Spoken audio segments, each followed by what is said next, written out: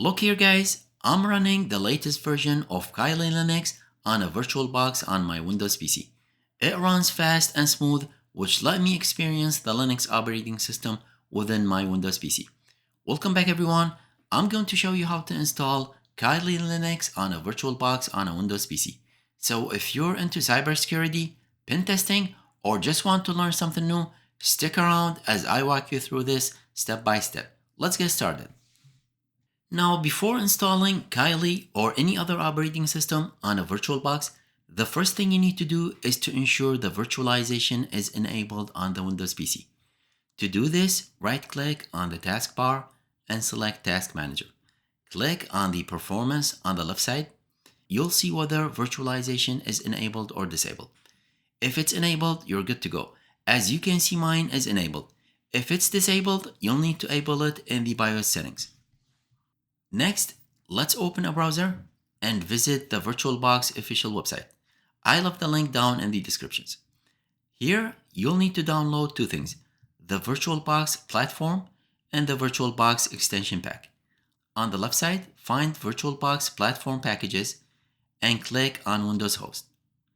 On the right side, download the VirtualBox extension pack by accepting the terms.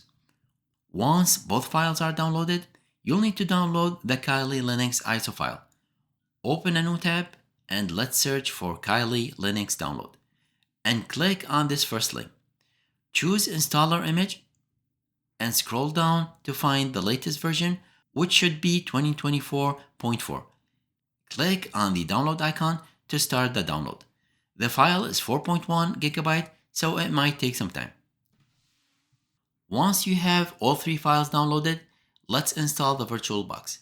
Navigate to where you downloaded the files and let's double click on the VirtualBox setup file. Click yes to allow the changes, then proceed through the setup by clicking on next and accepting the terms, and then click on install. Once the installation is complete, click finish and the VirtualBox dashboard will open. Next, we need to install the VirtualBox extension pack. So let's go back to where you downloaded the files and double click on the Oracle VirtualBox extension pack and just follow the prompts to install it. And now let's set up the Kali Linux and VirtualBox. Click on the new icon and give it a name. I'll call mine Kali Linux. Set the type to Linux and subtype to Debian, and the version to Debian 64-bit. In the hardware section, allocate memory. Now I recommend at least 4 GB depending on your system's RAM. If you're not sure how much RAM you have, go to your task manager, click on the performance tab, then memory, and you should see it here. Mine is 32 GB. Just assign half of what you have, so I'll just assign 16. For the processor, allocate half of the cores count. Again, go to the task manager, performance, then CPU, and you should see your cores here. Mine is 6, so I'll assign 3. And set the hard disk space to at least 20 GB or more. Once done, click finish. Next, click on settings for your Kali Linux virtual machine. In the general tab, let's go to advanced and set the shared clipboard to bidirectional, which basically allows you to copy and paste content between your host operating system, that's your main computer, and the guest operating system, that is the virtual machine.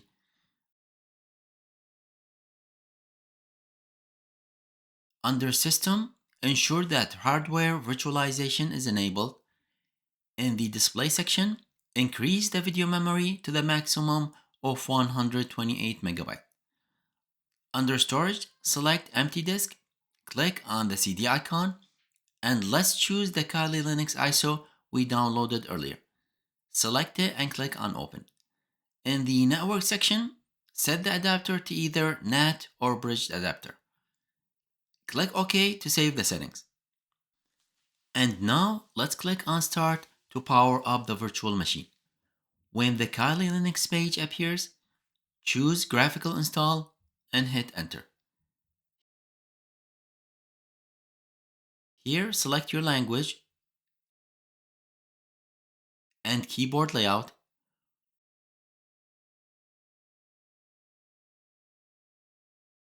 For the hostname, keep it as VBox or change it if you like.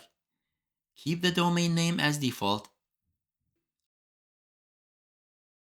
Set up your user account and password. Then configure the clock and time zone.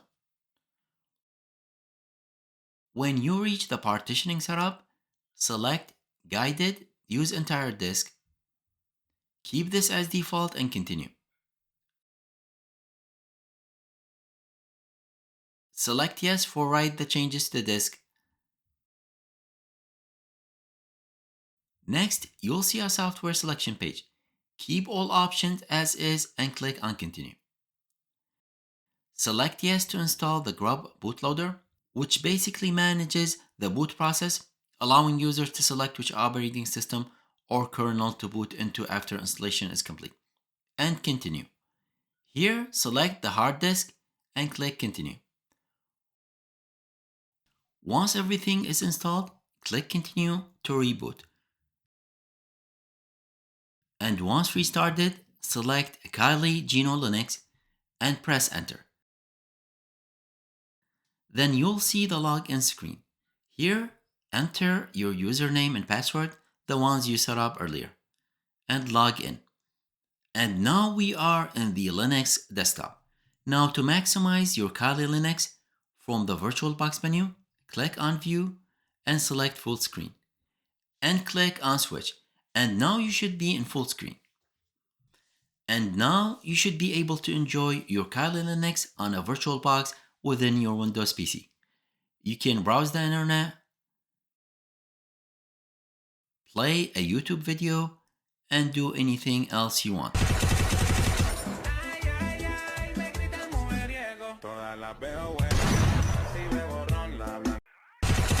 Now, one thing I suggest to do is to update your software or packages before using your Kali Linux.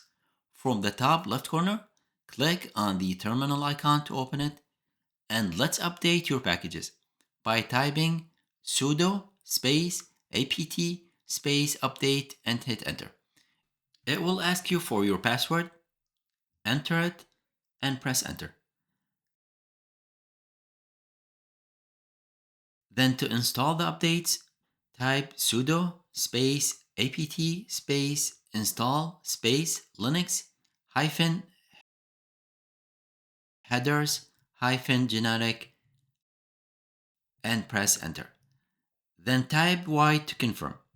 And it should start downloading and installing any available updates. And there you have it.